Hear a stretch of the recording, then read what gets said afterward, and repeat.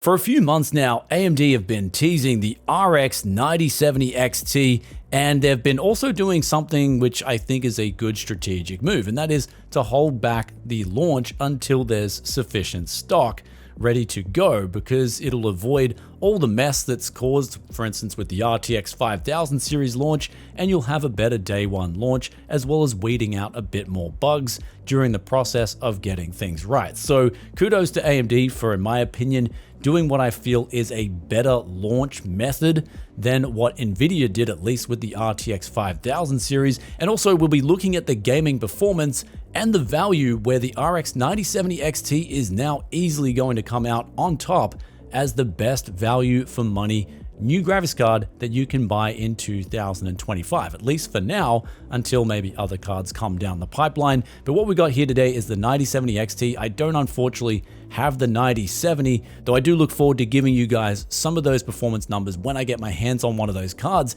But as it stands, this card right here is extremely good value for money. It's beating out the RX 7800 XT by quite a big margin, and also in terms of raw performance, it's a massive increase over the RX 7800 XT, and in fact, even versus the RTX 5070, Nvidia's just launched GPU, it comes in with better performance, much better performance, as well as better value. However, exactly what am I talking about here, or if you're in Japan, exact tree, what am I talking about here? Let's get on with the gaming numbers first, then we'll move on to some other numbers later on, and we'll start off with Black Myth Wukong, where at 1440p we got a 22% uplift in performance, and then on to 4K, it's also again a 22% uplift in performance versus the RTX 5070. But then versus the RX 7900 XTX, you'll notice that it is a bit nuanced, and so it'll either do one of three things, and that is sometimes it will rarely beat the 7900 XTX in performance, but then it will either match or then lose a little bit to the RX 7900 XTX, which is actually a very impressive feat, especially for a card that's coming in at $599 USD. But let's move on to Cyberpunk 2077. We've got roughly a 20% increase over the RTX 5070. Then versus the RX 7900 XTX, for example, nice performance uplift versus the RTX 5070 Ti, also a very impressive showing, which is currently Nvidia's best value for money GPU out on the new market. Though moving up to 4K, we've got a 29% increase over the RTX 5070, but then also coming very close to the 7900 XTX and 5070 Ti. Moving on to Dragon Age the VeilGuard, we got here at 1440p a 12% increase over the RTX 5070, and then this is one of those games where it doesn't do too well against the RX 7900 XTX or the 5070 Ti, and this follows through to 4K, but it's still a 12% boost over the RTX 5070 in this game too.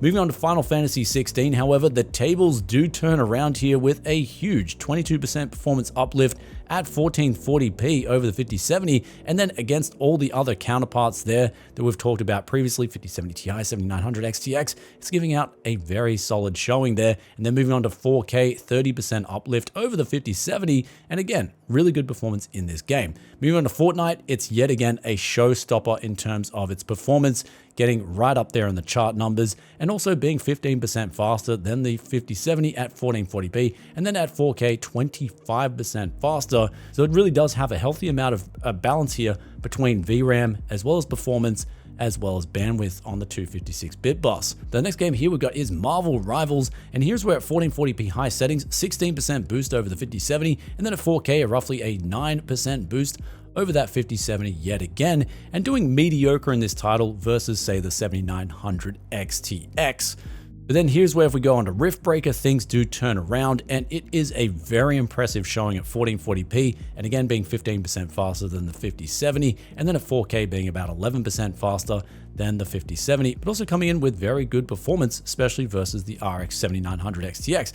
The last game we got here is Warhammer Space Marine 2, and here's where we have at 1440p a 15% boost over the 5070, and versus the RX 7900 XTX, probably one of the weakest showings here, and also versus the 5070 Ti, but then versus the 7800 XTX, again, massive increase in performance. But then we move over to 4K, still losing to the RX 7900 XTX, but then it's now 20% faster than the 5070.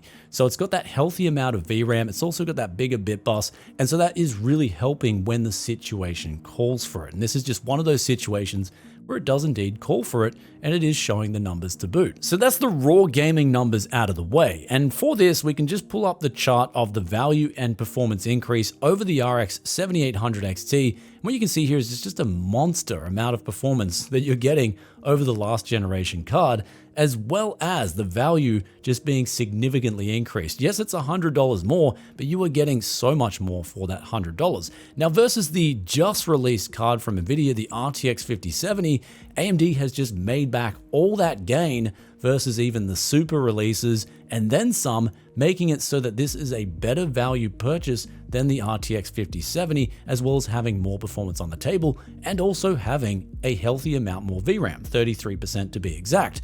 And so it makes it so that the RX 9070 XT, especially if you're just into raw gaming, it is currently a better buy. But that said, we're only halfway through the review. We got to look at the ray tracing performance. NVIDIA have always currently held this title since the RTX 2000 launch, but here's where things change actually quite a lot. Now here's where with Black Myth, we're getting a sizable increase for ray tracing over that of the 7800 XTX, but still falling behind the 5070, for example, and also the RX 7900 XTX. But we move on to Cyberpunk. Here's where we're getting better ray tracing over the RX 7900 XTX, as well as not just the 7800 XT, but it's also better than the 5070. So that's an incredible amount of gain in one generation from AMD. And in fact, the impressiveness extends over to Dragon Age the VeilGuard, where it's then getting 43 average FPS versus 34, for example, and also giving a massive increase over that of the RX 7800 XT, and also beating out the RX 7900 XTX, especially since the RX 7000 series cards had this weird stuttering when I was doing these benchmarks, which actually has been alleviated with the RX 9070 XT. So at least in this specific example, the architecture has improved it so that the 0.1% lows are no longer with ray tracing just completely dipping out in this particular scenario. But these raw ray tracing numbers have it so that the value for ray tracing is now actually better than that of the RTX 5070. So all in one generation. And this is basically where NVIDIA have to be careful, because if they're not careful, they may find themselves in a similar situation to Intel, where Intel just was stagnating with their CPUs, and then all of a sudden AMD came in with Ryzen, and now they're out on top. And so what we've seen with Blackwell is that NVIDIA haven't been giving us the raw gains, at least what we've seen with RTX 3000 over 2000 and 4000 over 3000. They've kind of just sat behind with these architectural gains this time around, and AMD's decided to go, well, hey, this is our chance. And I believe they've taken that chance as best as they can, and they've caught up at least to the level where they're no longer just crazy out of the field way behind. So personally, it's really good to see that, not just with the raster, but also now with the ray tracing. And so that's, in my opinion, I wanted to talk a little bit more about it because I feel like it's a big win in my opinion. Then now it's time to move on to FSR4, which is AMD's upscaling as well as their frame generation. And this one's actually exclusive to the RX 9000 series, at least thus far. And what we know here is that their new machine learning upscaling is different to FSR3, and how to enable this at this point in time is you just go into the AMD options and you turn it on, and it will then work over the top of FSR 3.1. Now, I did test this in Space Marine 2, and it looked incredible. It was actually blowing me back by how good FSR 4 was in this title. And I'm usually a guy who likes DLSS, for instance. I've usually preferred DLSS in the past much more over FSR. And so this time around with FSR 4, it's actually really impressive with this particular game. But then we move over to, say, Marvel Rivals, and here's where it's kind of a bit of a miss, where there's some noticeable ghosting, and it didn't feel like the image quality was that much better than FSR 3, for example. But AMD currently don't have an answer for 3 or 4x smoothing if that's what you want. But in terms of FSR 4 and what it can do, at least with Space Marine 2 and what AMD is doing here, they're actually showing that it can work extremely well, to the point where I was really impressed with it. I'm going to be spending some more time comparing it, especially against DLSS 4, and making a video for you guys just to show you that it actually is quite impressive, at least with what I've seen so far. Then we'll have a full comparison video coming out with the nitty-gritties very soon. But here's where we're going to move on to the final piece of the puzzle, and this is, of course, the power consumption, the undervolting and the overclocking. And the power consumption, really not that bad when you look at the performance you're getting. So what we saw here versus the closest competitor, the RTX 5070 Ti, was that the differential here in terms of raw efficiency, I calculated this personally at around 14%, where you are getting slightly lower FPS in Space Marine 2, but then you are getting a 9% higher power consumption number. And so that's where I arrive at that differential of 14%. So basically, they're not that far behind NVIDIA in terms of efficiency versus Blackwell with RDNA 4. So that's really impressive to see, where this card will hit 320 watts. And in particular, the model that we have here, we'll talk about the temperatures soon, right after we talk about the undervolting and the overclocking. Now, for the overclocking, I had very minimal gains here. I didn't see a whole lot of performance increase, especially when I decided to boost the clock speeds and up the power consumption. It was actually when I tweaked the memory that I got extra speeds. I went to 2,800 megahertz on the raw slider there, and then also the fast timings. And here's where we got a slight boost in performance in Space Marine 2. Nothing to go crazy about, but still basically a free performance gain when we consider that the power consumption didn't change at all. But then when it came to undervolting, it was also pretty confusing here. This would be my one biggest critique of AMD's RX 9070 XT. I'd like to see them open up the driver and have it work with, say, Afterburner, for instance, where I can see a proper curve, for example, and edit that curve with a lot more ease, as opposed to the actual Adrenaline software, where I had to pretty much trial and error where this undervolt would work well at. And here's where I got minus 500 megahertz on the clock speeds for Space Marine 2 anyway, and a minus 70 millivolt. And here's where we got a healthy drop in power consumption and still remained exactly the same in terms of performance. So basically a 15% uplift in efficiency just for tweaking these settings with the RX 9070 XT. Then we're almost at conclusion time. We're going to talk about the Hellhound OC. This was the model that AMD did provide us with for today's review. This is quite a large card, especially in terms of length, coming in close to 34 centimeters long, being a 2 slot cooler, as well as having a weight of around 1,200 grams. In terms of its cooling performance, it is impressive in terms of the GPU and the hotspot temperatures for the core, but then when we look at the memory junction temperatures, they are pretty hot. And I'll show you guys the fan profile here and what I'm talking about. Out of the box, it remains very cool.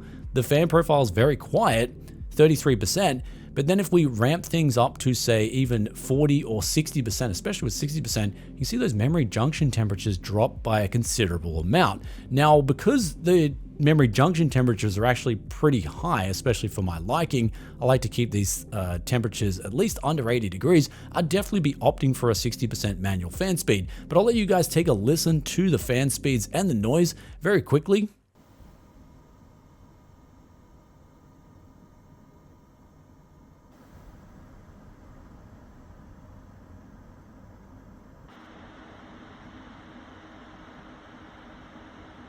And so if you are getting this model and you do want to hold this GPU for a very long time, I would recommend locking in a custom fan profile and just having those memory temperatures run low. Because keep in mind, this is also when I did these tests in a 21C ambient environment. It's actually really cold when I'm doing the testing at this point in time. Even with my heater on, I can only really stabilize this place to 21C. So that's why I'm wearing gloves sometimes in some of these videos, because this Japanese place where I'm at, they're pretty much, in terms of insulation, they don't do as good as a job as, say, Canada or UK, for example.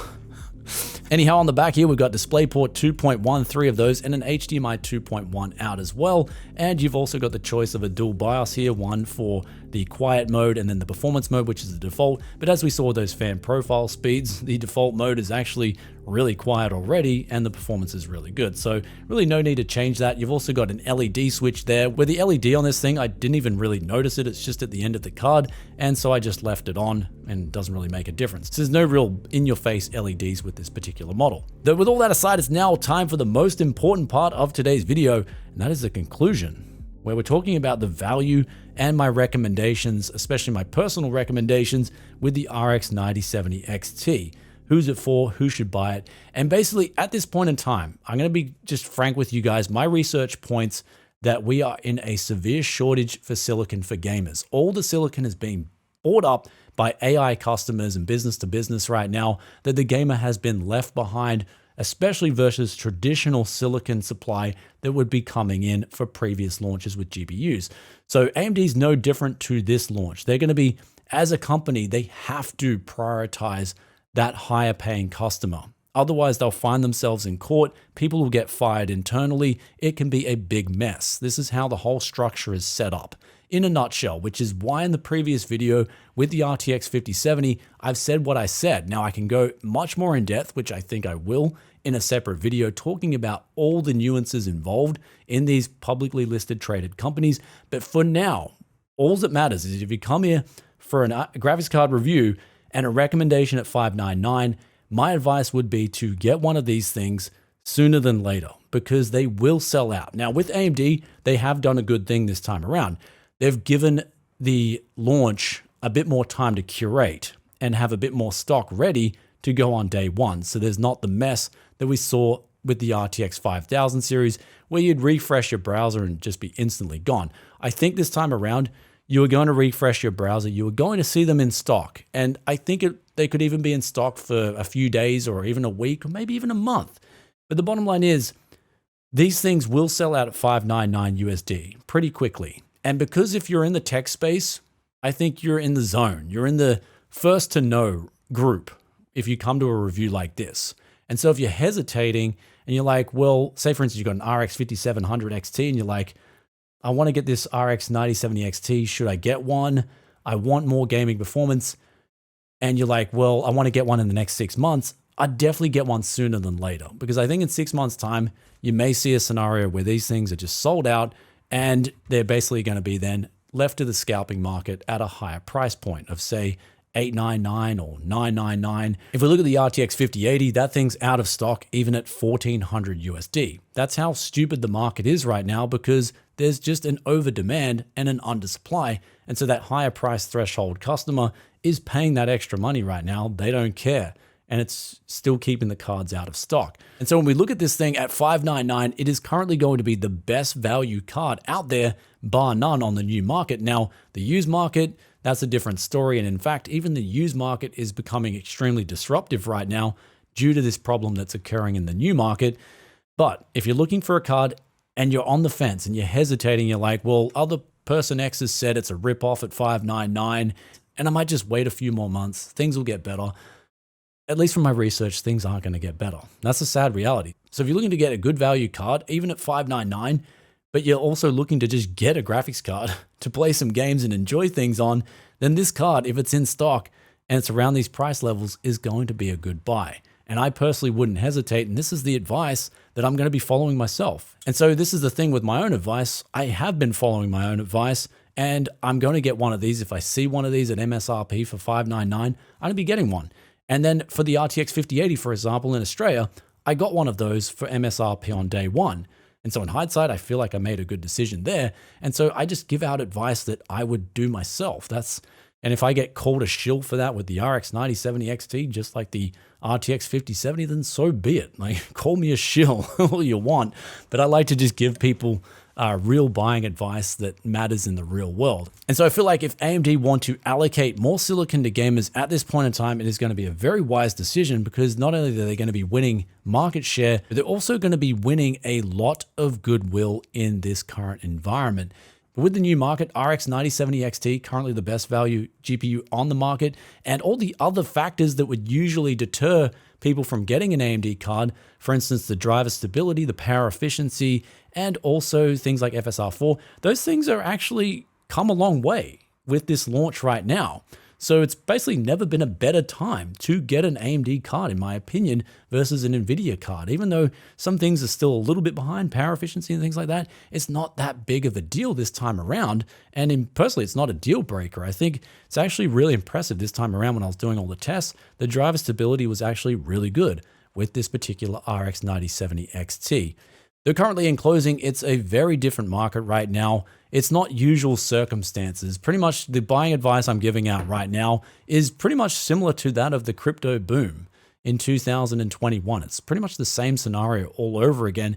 Yet this time, there's a much bigger buyer in the field than the crypto bros. And that is governments themselves are buying up this stock. And so you can see where that goes indirectly. I'll be pointing all these things out in a separate video. But basically, you're funding, as a taxpayer, your own increase in GPU prices. What a wild time to be alive. The final thing we'll hint at here is the RX 9070. Now, this is coming in at 549. I'm just by looking at the surface of that card, I feel like it's going to be less attractive than the RX 9070 XT. But that being said, I feel once this card gets sold out, that card's going to be the fallback for AMD. And so that will allow them to sell that card at 549 all day, every day. So you can see the situation already panning out in front of you. And I feel like, yeah, it's not a good time to be a gamer, especially in the new market, put it that way. But I'm just trying to give you guys the best advice I can. Hopefully you enjoyed this one. If I get called an AMD shill in this video, then so be it. Don't really care. But at $599, it's actually a solid buy. And it's going to sell out pretty quickly, I feel, especially for the RX 9070 XT. Anyhow, guys, I'll catch you in another tech video very soon. If you enjoyed this one, then be sure to hit that like button. And also let us know in the comments section below what you think of the RX 9070 XT in particular. Also the RX 9070 and RTX 5070 and all that stuff. Love reading your thoughts and opinions, as always. And with that aside, I'll see you in the next one. Peace out for now. Bye.